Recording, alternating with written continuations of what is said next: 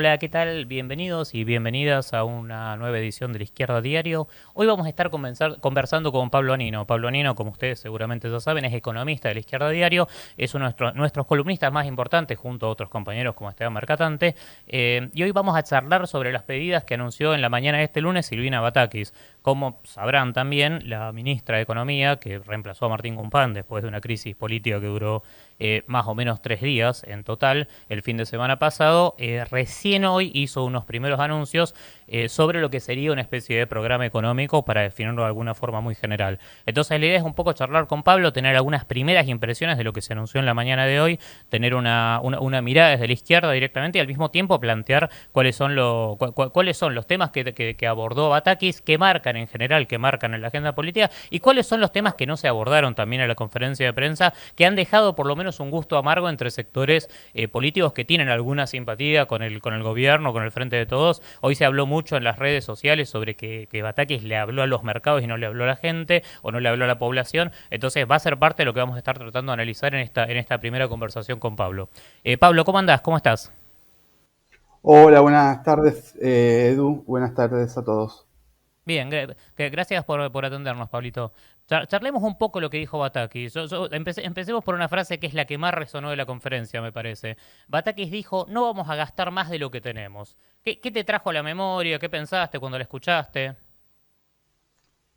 Bueno, lo primero que viene a la memoria a mí y creo que a mucha gente fue Domingo Cavallo, porque esa frase casi calcada la dijo Domingo Cavallo en el 2001 cuando anunció que él iba a tener unas metas más incluso estrictas que las del propio Fondo Monetario Internacional, iba a buscar alcanzar el déficit cero.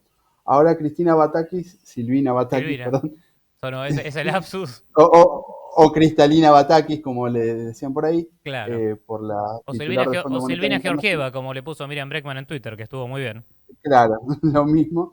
No está hablando de déficit cero, pero sí está hablando que el gasto del Estado va a aumentar, en el mejor de los casos, solo en la medida que se incremente el ingreso. Y esto es importante porque eh, estamos viendo, después podemos conversar, hacia el segundo semestre probablemente la economía, el segundo semestre ya empezó Claro. el 1 de julio, veamos una economía que vaya hacia la recesión y eso probablemente afecte los ingresos del Estado, restrinja los ingresos del Estado y si eso ocurre va a ajustar aún más los gastos públicos, el gasto público, porque ya va a ser más estricto el criterio que va a tener el Ministerio de Economía para autorizar gastos al conjunto de la Administración Pública Nacional y a otros organismos O descentralizados. sea, se está anunciando un achicamiento del gasto público, para decirlo sin eufemismos. Sí, no está claro si es ir más allá de la meta del 2,5% de déficit en relación al PBI que ya estaba acordado con el Fondo Monetario Internacional, pero sí que se va a tomar todas las medidas necesarias para lograr alcanzar ese déficit. Y cuando se ve la evolución de las cuentas públicas del primer semestre, para lograr alcanzar los objetivos anuales con el Fondo Monetario Internacional, se requiere un ajuste del gasto público. El Fondo Monetario Internacional en el último documento que emitió cuando aprobó la primera revisión, dijo que se requería un ajuste del 7,8% en términos reales del gasto durante el Exactamente. segundo semestre. Eh, Eso considerando que la economía iba a crecer en los términos que estaba pautado para el fondo, que era alrededor del 3,5 o 4%. Si la economía entra en un sendero de desaceleración o de recesión, ese ajuste del 7,8%, esa caída del 7,8% del gasto, va a ser mayor.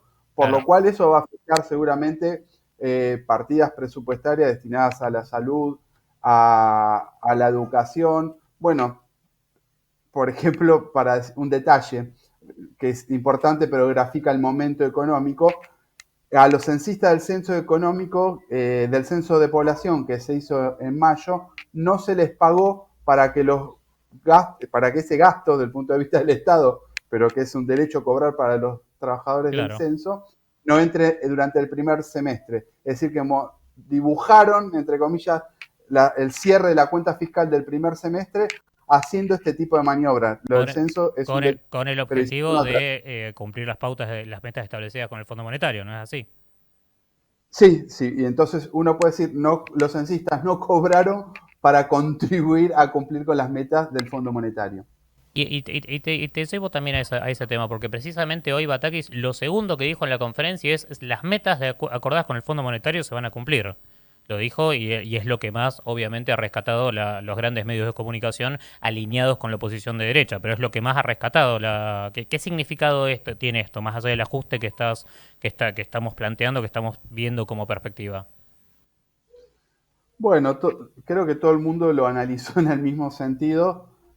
Hoy Silvina Batakis, y por eso lo hizo antes de las 10 de la mañana, el anuncio o la conferencia de prensa breve que hubo en el Ministerio de Economía, le habló esencialmente a los mercados, digamos. Cuando decimos los mercados estamos hablando de los fondos de inversión, los bancos, que en esta situación están teniendo un comportamiento más especulativo que lo habitual. Entiendo que la intención del gobierno, de la ministra, es primero tratar de calmar la situación en el frente financiero porque hay una corrida hacia los dólares paralelos que se expresó en el aumento del dólar blue, del dólar contado con liquidación, el que se llama dólar bolsa, y también hay una devaluación, una desvalorización de los títulos que emite el Ministerio de Economía, es decir, la deuda que emite el Ministerio de Economía se está Claro. desvalorizando y eso es un problema presente, pero también hacia futuro, porque es una deuda de vencimiento de corto plazo y estresa mucho al frente económico porque cada mes el Ministerio de Economía enfrenta vencimientos muy altos de deuda pública en O pesos. sea, para Tienen traducirlo más sencillo, es el financiamiento que hoy está teniendo el Estado Nacional frente a los límites para emitir moneda y ese financiamiento se complica mes a mes por esto que vos decís, el caos económico más general y la presión que hay de los mercados, para decir una forma, para prestar ese dinero, para renovar esos préstamos. Sí, los mercados que piden, los fondos de inversión, los bancos, los especuladores piden más tasa de interés, Claro. que le paguen más por el rendimiento para prestarle al Estado. Eso por un lado. Y por otro lado, hay que decir que esta situación de estar sometidos, digamos, al juego que hace el mercado financiero, tiene que ver con lo que pautó Martín Guzmán, porque Martín Guzmán pautó con el Fondo Monetario Internacional que se reducía el financiamiento del déficit a través del Banco Central, lo cual en sí mismo no es bueno, porque la causa de la inflación no es la emisión monetaria, aunque la emisión monetaria juega un rol, pero desprenderse o achicar la financiamiento a través del Banco Central para entregarlo, para desplazarlo en favor del capital financiero, es peor todavía porque le pasa lo que le pasó. Es decir, Guzmán en algún sentido se vio en una encerrona por lo que él mismo pautó. Pautó que iba a dejar de financiarse con el Banco Central, iba a favorecer el financiamiento del Estado a través del mercado financiero. Bueno, eso lo sometió a un estrés muy grande a fines de junio, que hubo un vencimiento importante y logró sobrepasar ese vencimiento con varias cosas, por ejemplo, concediendo más tasas de interés a los especuladores, por ejemplo, haciendo intervenir al Banco Central para que comprara títulos públicos y haciendo intervenir a otros organismos del Estado también para que compraran títulos públicos. Pero bueno, ese estrés está generado por las pautas del acuerdo con el Fondo Monetario O sea Internacional. o sea, porque te acordarás que cuando fue la votación del acuerdo con el FMI, más bien todo el discurso, una gran parte del oficialismo, compartido con la oposición patronal de Juntos por el Cambio, fue que no firmar el acuerdo con el FMI traía el caos. Más bien se puede decir que el caos vino por cumplir las pautas del acuerdo firmado con el FMI, o por lo menos un aspecto importante de ese caos. Bueno, sí, en ese momento todo el mundo dijo eso. Martín Guzmán, de hecho, en la defensa del endeudamiento con el Fondo Monetario Internacional en el Congreso, dijo, no hacer esto es someternos a una situación de estrés financiero y marcó un montón de problemas que iba a traer la economía si no se acordaba con el Fondo Monetario Internacional. Bueno, todos los problemas que señaló Guzmán, no hace mucho, hace 3, 4 meses, en el Congreso, En que marzo. se iban a evitar claro, en marzo, con el acuerdo del Fondo Monetario Internacional, todos esos problemas están presentes. Se aceleró la inflación, el Estado está todo el tiempo sometido a un estrés que lo puede ubicar al borde del default de la deuda en pesos. Se está llevando a la economía a un terreno de desaceleración o directamente de recesión con las distintas medidas que se están tomando, y eso va a afectar al empleo y los indicadores sociales que ya son muy graves. Es decir, que a 3 meses de pactado el acuerdo con el fondo, estamos de vuelta en una situación cercana al caos económico. Bien. Y esto no es casual con el Fondo Monetario Internacional, es la cronología que uno encuentra en todos los acuerdos del Fondo Monetario Internacional en la Argentina y en el mundo.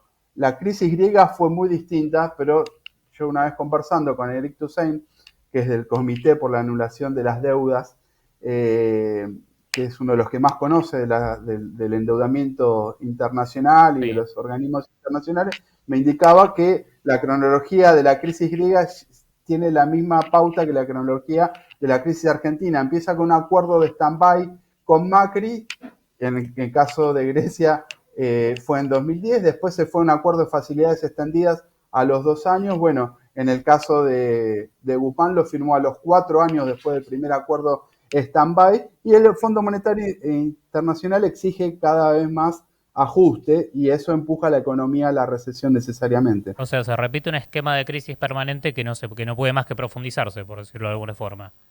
Claro. Bien, te pregunto por algunas de las medidas, que algunas son más bien complicadas para entenderlas más popularmente. Por un lado, Bataki se refirió al tema de las tasas de interés positivas.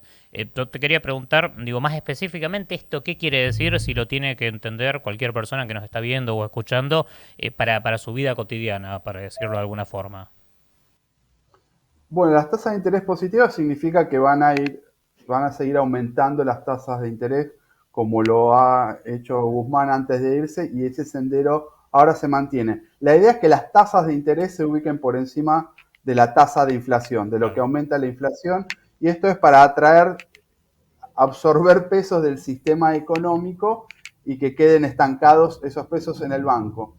Es para, en algún sentido, supuestamente bajo la lógica del Fondo Monetario Internacional, intentar contener la inflación, pero ese intento de contener la inflación es bajo una perspectiva de llevar la economía a la recesión. ¿Por qué se lleva la economía a la recesión? Porque el Sí, aumento de la tasa de interés aumenta todo el tipo de créditos. Si uno va al supermercado bien, y compra con tarjeta en cuotas, ahora están cobrando hasta el 10% mensual. Eso va a ser más caro por el aumento de la tasa de interés, es claro, decir, va a afectar el consumo por la vía de encarecer el crédito. claro, Y no bien, solo ir al supermercado, uno quiere comprar un electrodoméstico, cualquier cosa para el hogar, va a ser más caro. bien. Eso de un Y punto de eso vista. Del punto teniendo de en vista, cuenta la inflación, si la inflación proyectada está en el 75-80%, estamos hablando de tasas muchísimo más altas. sí, bueno, hay que ver hasta dónde la llevan. Hoy la ministra no se atrevió a dar una proyección de Bien, inflación, eso es cierto, sí. eh, pero yo imagino que la van a llevar tan alto. El macrismo entró en un sendero muy similar cuando enfrentó episodios de desorden económico, que veía que se le iba la situación de las manos, empezó a subir mucho la tasa de interés, y eso es contractivo para la actividad económica por la vía del crédito para el consumo, pero también por la vía del crédito productivo. Si un empresario quiere ir a pedir un crédito y dice voy a comprar una máquina para, no sé, inaugurar una nueva línea de producción, o pide crédito para contratar más personal, ese crédito es más caro, por lo cual, es más, de conjunto uno ve eso, y para el que tiene pesos, para los grandes empresarios, especuladores que tienen pesos va a ser un incentivo para ir a especular al sistema bancario, al sistema financiero, y para no destinarlos al sistema productivo. O sea, te hago una consulta para también terminar de entenderlo. O sea, se habla, o porque hoy Bataki se habló en contra del modelo financiero, de los modelos financieros, pero esto favorece la especulación financiera directamente. Sí, bueno, una cosa es lo que dice Batakis y otra cosa es lo que hace. Efectivamente, es una forma de beneficiar o de favorecer la especulación financiera. Bien, perfecto. Te hago una consulta más sobre otra de las medidas que por lo menos se mencionó bastante y creo que es lo que generó malestar en sectores de trabajadores estatales, la docencia, por lo menos por lo que estuvimos viendo en el transcurso de la jornada. El gobierno, Batakis, o sea, que es hoy por hoy es la ministra de Alberto y Cristina, por lo menos, o pues la ministra del Frente de Todos, dijo que se congelaba el ingreso de personal al Estado. ¿Qué implicancia tiene esto hoy en esta situación? Al Estado Nacional, habló obviamente del Estado Nacional. Bueno, sí, hay que ver cómo se termina de implementar la pronunciación de esa medida. De vuelta, tiene que ver con dialogar con los mercados y decirle, nosotros vamos a hacer el ajuste que sea necesario, vamos a congelar la planta del Estado. Aparte dijo, no solo de la Administración Pública Nacional, sino todos los organismos descentralizados, por lo cual si no sé, por ejemplo, un hospital nacional necesita contratar más personal por cuestiones de necesidad de atención, no lo va a poder hacer. Eso queda O si vedado. una queda vedado. Por ejemplo, el Hospital Posadas quiere contratar más personal, no lo va a poder hacer. El PAMI necesita contratar más personal para atender mejor a los jubilados, tampoco lo va a hacer. Va a quedar congelada la planta en los términos que está actualmente. Ahora, eso hay que ver qué ocurre con otros aspectos. Por ejemplo, en las últimas paritarias estatales, de 2020 hasta acá, se pautó el ingreso a planta permanente de trabajadores que están precarizados, ¿no? Que tienen más de Sí. 10 años contratados. Eso hay que terminar de ver cómo se considera en el razonamiento de Batakis o en lo que terminen de acordar con el Fondo Monetario Internacional, porque eventualmente el fondo puede decir, no, la regularización de esa gente que se le hizo fraude laboral por 10, por 20, por 30 años y ahora veía una pequeña luz de entrar a la planta permanente, que es lo que le corresponde para tener derechos de un trabajador Claro, como trabajador bajo de planta. convenio, Exactamente. puede ser que termine de anularse. Hay que ver, porque hoy Moroni dijo que eso no iba a ser afectado, pero en principio seguro, si el Hospital Posada necesita más enfermeros, más médicos, el PAMI atender mejor, o el Ministerio de Economía atender mejor, no sé, la atención al ciudadano, no va a poder contratar más personal. Lo que significa en los hechos En el extremo, sí, en el extremo podría afectar también la regularización de parte del fraude laboral, porque no se iba a regular todo el fraude laboral que en el Estado Nacional es amplísimo, ¿no? claro. Es gente que trabaja contratada sin estabilidad laboral y sin derechos Sí, sí, plenos de un por trabajo. décadas, como decías vos. Esto en los Claro. hechos también significa profundizar o ahondar en una situación de precariedad laboral donde ya hay trabajadores, por ejemplo en la salud es muy común, trabajadores que tienen 3 trabajos para poder llegar a fin de mes. O sea, implica precarizar o hacer que esas condiciones de precariedad se mantengan y se estabilicen aún más.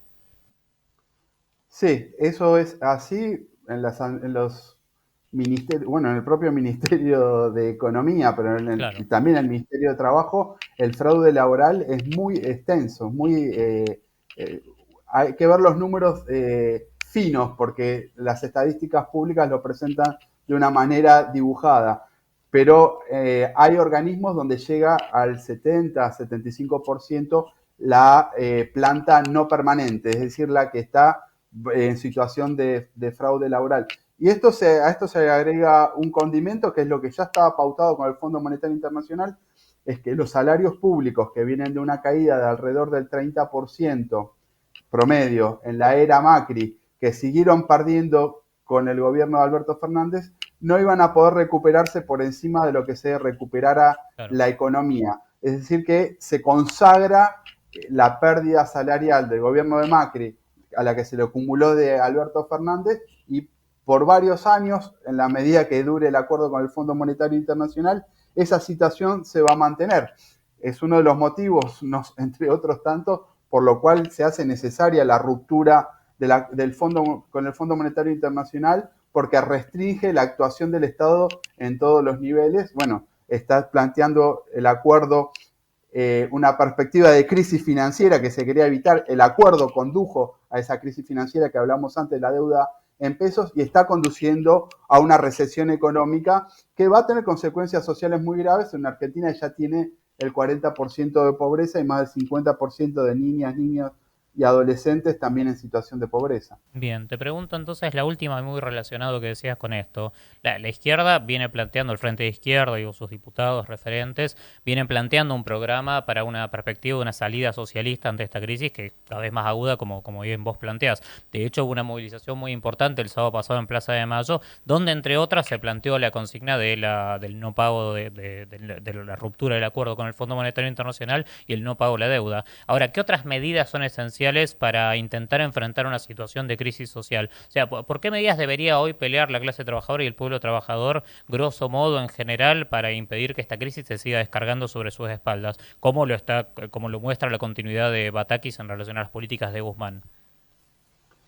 Bueno, en principio hay algo básico, elemental, que es exigir la recuperación del poder de compra de los salarios, que en el caso del sector privado registrado es de alrededor del 20% desde el gobierno, desde 2015 hasta acá. Como decía, en los empleados públicos es alrededor del 30% también de fines de 2015 hasta la actualidad. En el sector informal es alrededor del 30% esa pérdida de poder de compra, pero desde octubre del 16 hasta acá, que es cuando empieza la serie que mide el INDEC, por lo cual una exigencia inmediata es la recuperación de ese Bien. poder de compra, al menos al que existía en el 2015.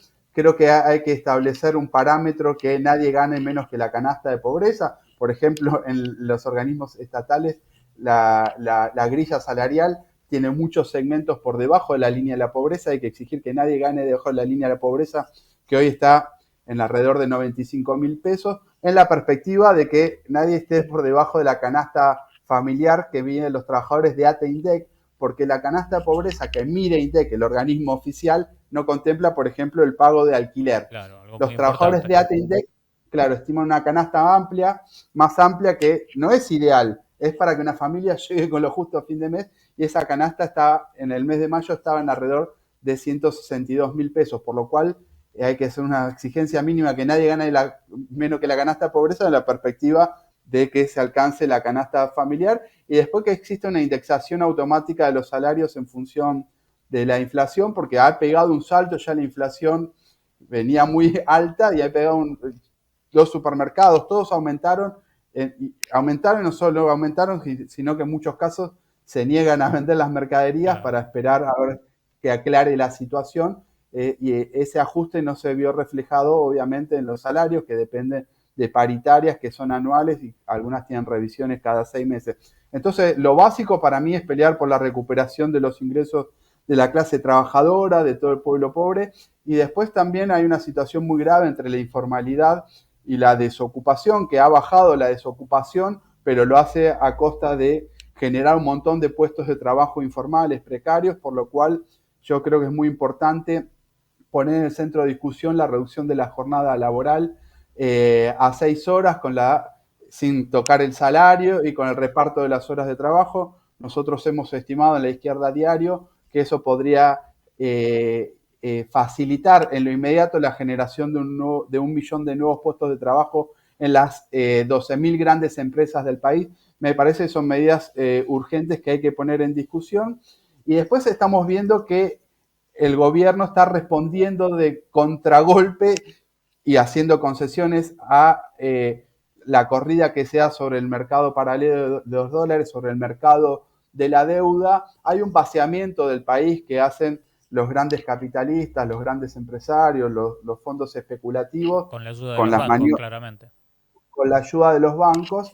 Entonces, por lo cual es necesaria la nacionalización del sistema bancario, nacionalizando los bancos privados y que se constituya una banca única para preservar los ahorros de todos los ahorristas, todos los ahorros que existen en el país, porque en esta situación Argentina tiene antecedentes, no solo el Corralito, sino Plan Bonex, donde cuando se hace crítica a la situación del sistema financiero, cuando el Estado no puede responder al pago de sus deudas o el Banco Central no puede responder al pago de sus deudas, eso se transforma en afectar o en Hay una confiscación de muchas veces de sí, los depósitos de confiscación los de los pequeños ahorros de ahorristas. pequeños. La Eh, historia de Argentina es la historia de los grandes bancos confiscando los ahorros de la clase trabajadora, la clase media. Sí, bueno, no estamos en una corrida bancaria similar a otras situaciones, pero sí hay una relación entre esa deuda pública en pesos que tiene el Estado Nacional, la deuda que tiene el Banco Central en LELIQ y los depósitos. No vamos a Bien, desarrollar eso, pero sí es importante para romper con ese ciclo de vaciamiento y de potencial afectación de los ahorros populares. Es necesaria la nacionalización de la banca. No solo eso, que la nacionalización de la banca permitiría, sería una enorme palanca para poner en actividad la actividad económica en Argentina para que se desarrolle el país. Lo mismo que la nacionalización del comercio exterior. Hoy salió un caso en el diario Ámbito Financiero que la aduana ha descubierto que una empresa importante de litio, que no dice el nombre, subfacturó exportaciones a Estados Unidos, a su propia empresa. Es decir, un sistema de vaciamiento que tiene que ver con el sistema bancario, pero también con el comercio exterior, un sistema de vaciamiento de dólares que tiene el Banco Central, que son escasos, y las empresas se lo sacan con subfacturación de exportaciones, sobrefacturación de importaciones o pidiéndole plata para pagar deudas que no son tales. bien. Por lo cual, control del comercio exterior por parte del Estado y que esté bajo control de los trabajadores también es fundamental en esta situación de profunda crisis que se está enfrentando. Bien, completísimo, Pablo, la verdad.